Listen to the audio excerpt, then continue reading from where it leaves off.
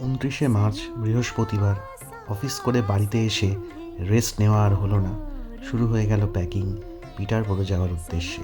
ইস্টারের ছুটি বলে কথা।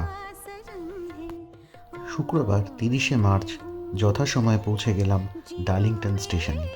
আমার ট্রেনের সময় ছিল সকাল 11টা, কিন্তু আমি 10:30টায় ডার্লিংটন স্টেশনে পৌঁছে গেছিলাম। শিডিউল টাইমেই ট্রেন ডার্লিংটন স্টেশনে পৌঁছে গেল।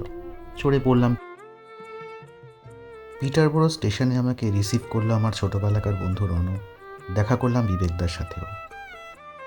2019-এর পর পিটারবরো শহরটাকে 2024-এ আবার ফিরে দেখা।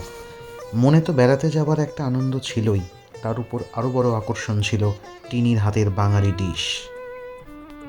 রুই মাছের সর্ষে পোস্ত, চিকেন কারি, পমফ্রেট মাছের কালিয়া, বেগুন ভাজা, ডাল, স্যালাড, চাটনি দিয়ে সেদিনকের লাঞ্চ এবং ডিনারটা ছিল অনবদ্য।